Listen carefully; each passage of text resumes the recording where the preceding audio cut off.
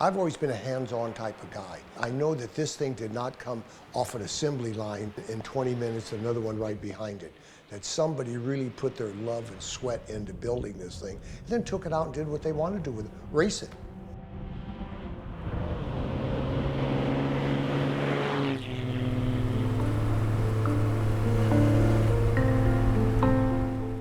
My name is Dick DeLuna, and I drive a 1948 Nardi-Danese.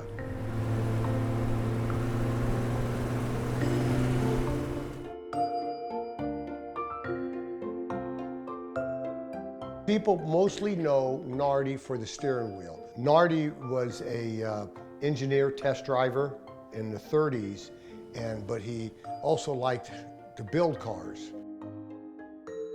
And he did build quite a few different style cars. The one you've seen today is a 6C2500. That's six-cylinder, 2500cc engine, which is a big torquey engine, dual overhead cam that had raced back in the 30s. And of course, you couldn't go get one off a shelf, so they went looking for them, and what they found were marine engines. A marine engine was even better for them because they were dry sump, which means that they had their own separate oil tank and would pump the oil through the engine to help the cooling.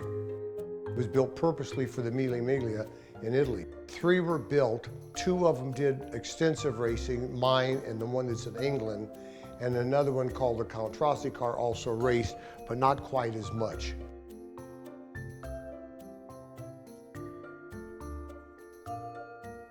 I've gone back 30, 40 years, 50 years when I'm driving it. You put a helmet on with some goggles and you go, yeah, this is the way it was.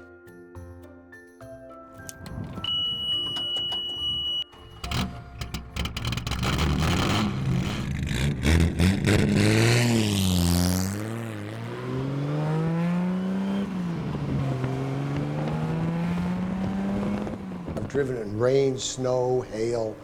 Even though you're driving on a road, you feel like you're on a racetrack. Because, I mean, the thing is a race car. And because you're sitting down so low, you feel every bump, every movement.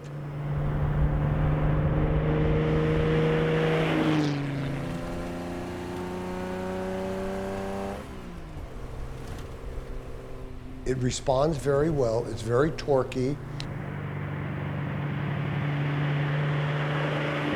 Only a 4-speed, but it's got more power than it knows what to do with for what it is.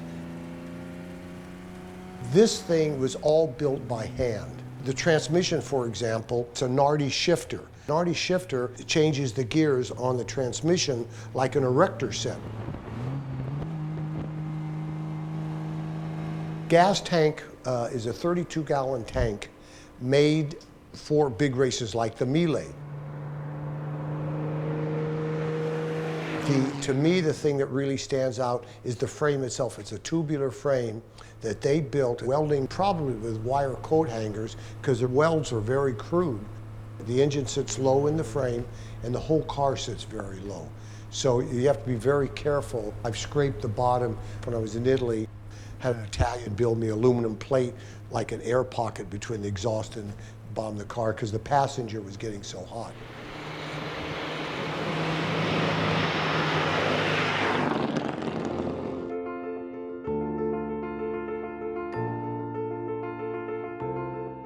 The most rewarding part of me owning the Nardi is that I've been with it since it's been reborn, since we rebuilt it.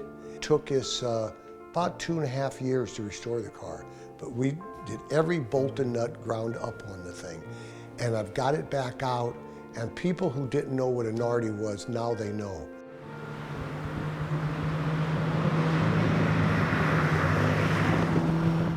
My wife made the mistake, she said, of buying me a racing suit. I started SCCA racing here in California. And then I started doing vintage racing. A partner and I, we built a 1955 Lincoln, and we did the Carrera Panamericana for 9 years in that, which was over the top. I take my wife with me on 99% of them, so that just makes it so much fun.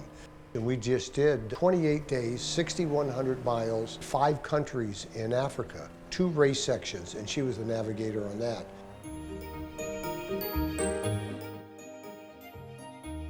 I love automobilia. I've collected automobilia for years. Anything, signs, cans. I have a real big collection of whiz. I never bought cars for values. I buy what I like. I don't pay homage to any particular make. So I missed the boat. I can go along and tell you in the last 25, 30 years, the cars that I've missed. The big theme right now is what do you do with all this? I'm 76 years old. So I figure I only got 20 good summers left before I slow down.